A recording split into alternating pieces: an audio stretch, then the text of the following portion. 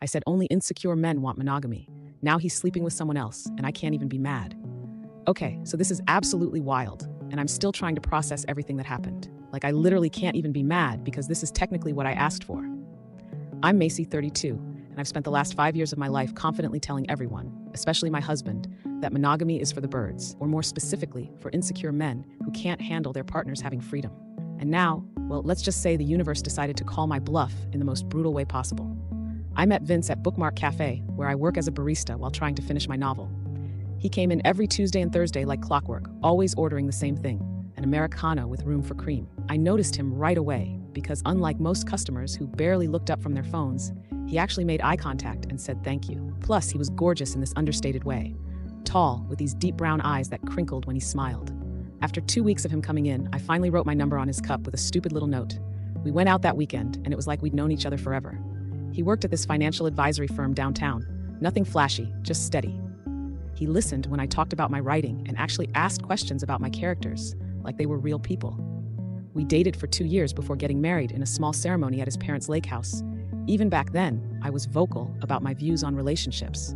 I'd gone through this feminist awakening in college and had all these big ideas about how traditional marriage was this patriarchal trap. I'd read all these books about ethical non-monogamy and relationship anarchy, and I truly believed that jealousy was just insecurity in disguise. I'd tell Vince, and anyone who would listen, that only insecure men want monogamy, and real love means wanting your partner to experience everything life has to offer.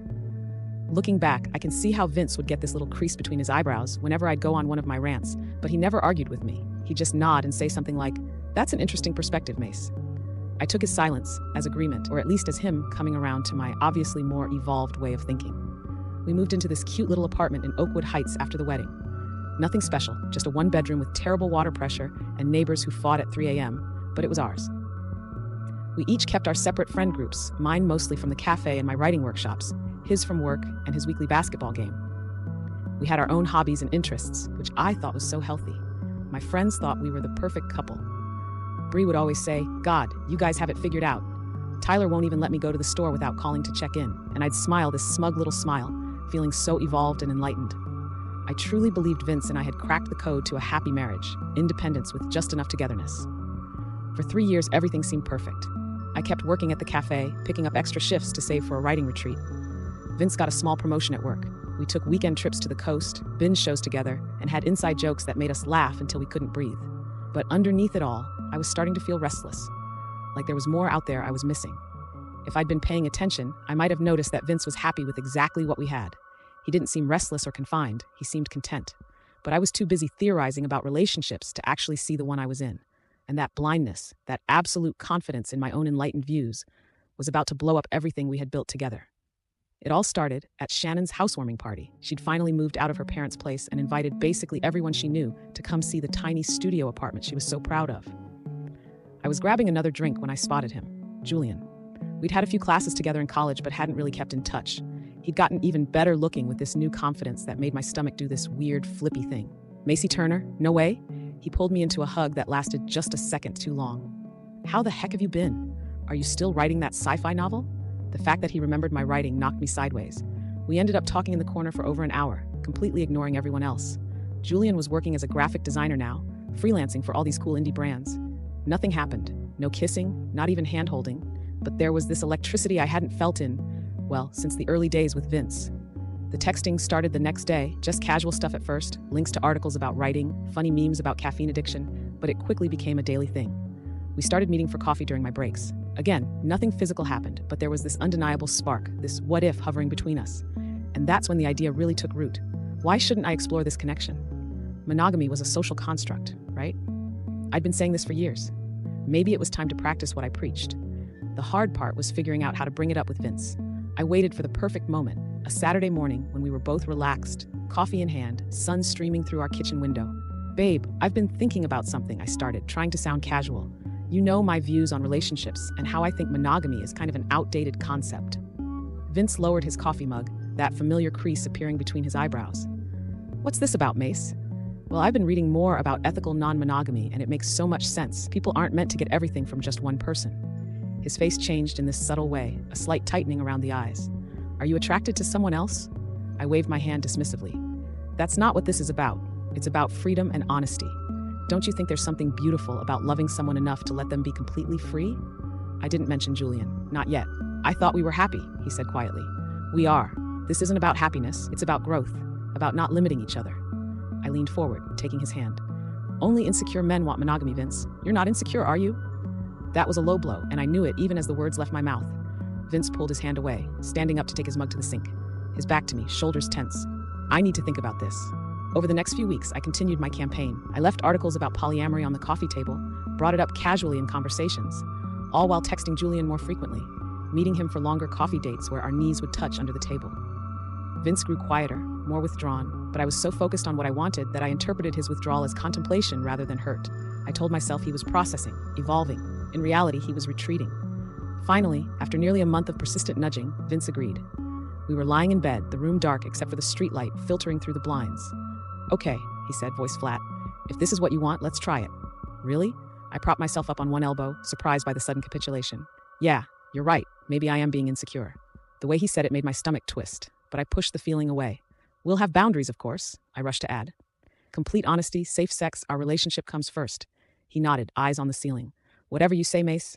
I was too excited to notice the resignation in his voice. All I could think about was texting Julian the next day, telling him the door was open. I fell asleep planning our first real date, while next to me, Vince lay awake until dawn. The arrangement began almost immediately. I didn't waste any time letting Julian know that Vince and I had opened our relationship. His response was enthusiastic, though he did ask several times if Vince was truly okay with it. I assured him everything was above board. We scheduled our first official date for that Friday, dinner at this trendy new restaurant downtown.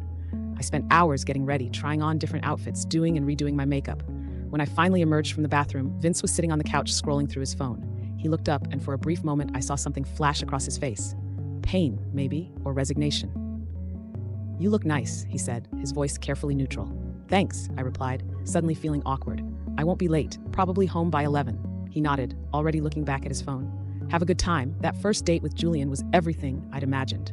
The conversation flowed easily, the attraction was palpable, and for the first time in years, I felt that fluttery excitement of something new. We ended the night with a kiss that left me breathless, and I floated home on a cloud of validation. When I got home, the apartment was dark. Vince had already gone to bed, or was pretending to be asleep. I quietly got ready for bed and slipped in beside him, a careful distance between our bodies. In the morning, he didn't ask about my date, and I didn't offer any details. It was the first of many silences that would grow between us. Over the next few weeks, I saw Julian regularly. We went from dinner dates to spending entire afternoons together, from kissing to much more. All while Vince became increasingly absent, physically and emotionally. He started working late, hitting the gym more often, keeping his responses to my questions brief and non-committal. But I was too caught up in the novelty of Julian to really notice or care. It wasn't until about a month into this arrangement that I casually mentioned to Vince that he too could see other people if he wanted. I mean, that's the whole point of an open relationship, right? I said, stirring pasta sauce on the stove. You're free too. He looked up from his laptop, his expression unreadable. Right? Thanks for the reminder. Have you thought about it at all? I asked, suddenly curious. He shrugged. Not really. Well, the option's there, I said cheerfully, turning back to the stove. I didn't mean it, not really. I liked the idea of Vince waiting at home while I explored. The power dynamic felt good, me evolving, him standing still. I never seriously considered he might take me up on my offer. That evening, I noticed him texting more than usual, a small smile playing at the corner of his mouth. A tiny seed of unease planted itself in my stomach, but I dismissed it. Vince wasn't the type to actually see someone else. He was too traditional, too steady. Wasn't he? As the weeks turned into months, something shifted. The initial excitement with Julian began to fade. The conversations that once seemed so deep started to feel repetitive. Meanwhile, Vince had changed in subtle ways I couldn't quite put my finger on. He seemed more self-contained. He no longer asked me about my day or seemed interested in my latest writing progress. When I came home from dates with Julian, he didn't seem to care. No subtle shows of jealousy, no questions, nothing. Just a polite nod and a good night before returning to whatever he was doing. At the same time, I noticed other changes. New clothes appearing in his closet, a different cologne, more attention to his appearance in general. He'd always been fit, but now his shoulders seemed broader, his jawline more defined. His phone became a constant companion, often chiming with text messages that made him smile, in a way I hadn't seen directed at me in months. It wasn't until I was paying our cell phone bill online one evening that I noticed something odd. There was a number that appeared dozens of times in Vince's call and text logs, far more frequently than any other contact. A number I didn't recognize. The next morning over breakfast, I mentioned the number as casually as I could. Hey, I was paying the phone bill yesterday and noticed you've been texting someone a lot. Number ending in 4382. Vince glanced up from his toast, his expression neutral. Oh, that's Amber. She's helping me with the Henderson account at work. Seems like a lot of text for work, I said, trying to keep my tone light. He shrugged.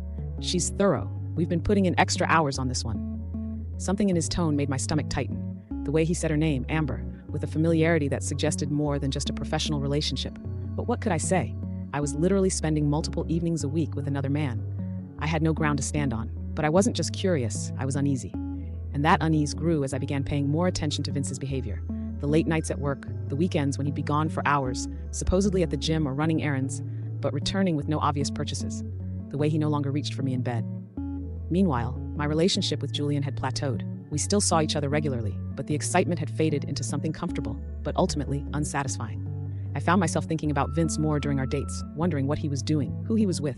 I suggested a weekend getaway, thinking some alone time might help us reconnect. I can't that weekend, he said, not even looking up from his phone. I've got plans. What plans? I asked, trying not to sound as desperate as I felt. Just plans, Mace. Things I need to take care of. It was the vagueness that finally pushed me over the edge. After 3 months of our open relationship, I realized I had no idea what my husband actually did with his time anymore. We lived like polite roommates, sharing space but not lives, and it was eating me alive. I decided to surprise him at work for lunch. Not to catch him in anything, at least that's what I told myself, but just to see him, to reconnect in some small way. I picked up sandwiches from his favorite deli and headed downtown to his office building. But as I approached the entrance, I saw him coming out with a woman. She was stunning in that effortless way, tall and willowy, with honey blonde hair and a laugh that carried across the plaza. But what knocked the wind out of me wasn't her appearance. It was the way Vince was looking at her, with warmth, attention, and something like adoration. The way he used to look at me. I stood frozen as they walked together to a nearby restaurant, his hand casually resting on the small of her back.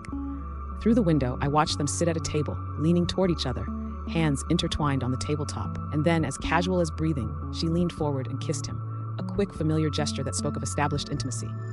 My vision blurred. The bag of sandwiches suddenly felt like it weighed 1,000 pounds. I turned and walked back to my car, drove home on autopilot, and sat on our couch staring at nothing until I heard his key in the lock hours later. Hey, he said, surprised to see me home early. Everything okay? Who's Amber? I asked, my voice steadier than I felt. He paused, his expression shifting from surprise to something more guarded. I told you, she's a coworker. Is that all she is? A long silence stretched between us. Finally, he sighed and sat down in the armchair across from me. No, he said simply. That's not all she is. How long? I asked, my throat tight. A few months, since about a week after you started seeing Julian. The revelation hit me like a physical blow. You've been seeing her this whole time and you never told me? He looked at me then, really looked at me for what felt like the first time in months. He said, you wanted an open relationship. You said only insecure men want monogamy. What was I supposed to do with that, Macy? I don't know. Maybe talk to me? Tell me you were actually acting on it? Why? You never gave me details about Julian. That's different, I said, though even as the words left my mouth, I knew how hypocritical they sounded. How? He asked, his voice gentle but firm. How is it different? I had no answer. The truth was, I'd wanted the freedom without the consequences. I'd wanted Vince to remain faithfully mine while I explored elsewhere. I'd never genuinely considered what it would mean for him to do the same. Are you in love with her? The question escaped before I could stop it. Vince looked down at his hands.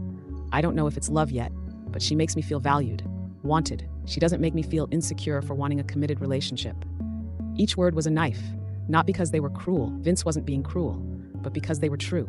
I had made him feel insecure. I had belittled his desire for monogamy as old-fashioned and regressive. And now someone else was affirming the very things I had dismissed. So what happens now? I asked, tears finally spilling over. I don't know, he said honestly. But I can't keep living like this, Mace, pretending I'm okay with an arrangement I never really wanted. We talked long into the night, really talked, for the first time in months.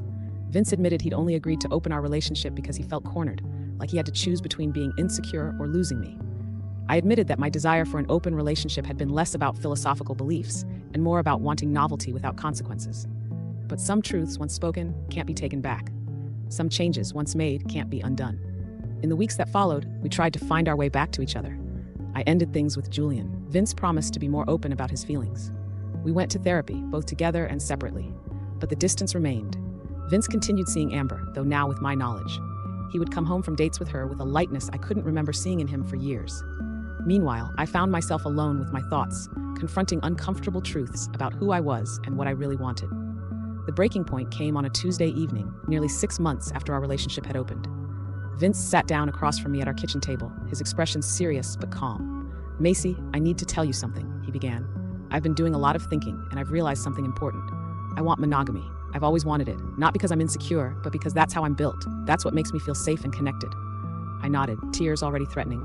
And Amber wants that too? Yes, he said quietly, she does, and I'm the one who doesn't. I finished, the irony not lost on me. He reached across the table to take my hand. I think maybe you do want it, Mace, but you spent so long convincing yourself otherwise that you can't admit it. I pulled my hand away, suddenly angry. Don't tell me what I want. Okay, he said, leaning back. Then tell me, what do you want? The question hung between us, deceptively simple, yet impossible to answer, because the truth was, I didn't know anymore. I'd spent years building this identity as the progressive, evolved partner who was beyond jealousy and possessiveness. But when faced with the reality of Vince connecting deeply with someone else, all my enlightened theories had crumbled. I want things to go back to how they were, I finally said, my voice small. Vince's expression was gentle but resolute. We can't go back, Macy. Too much has changed. I've changed. A week later, he packed a suitcase. Just the essentials, he said. He needed space to figure things out. We both knew what that meant, even if neither of us said it out loud.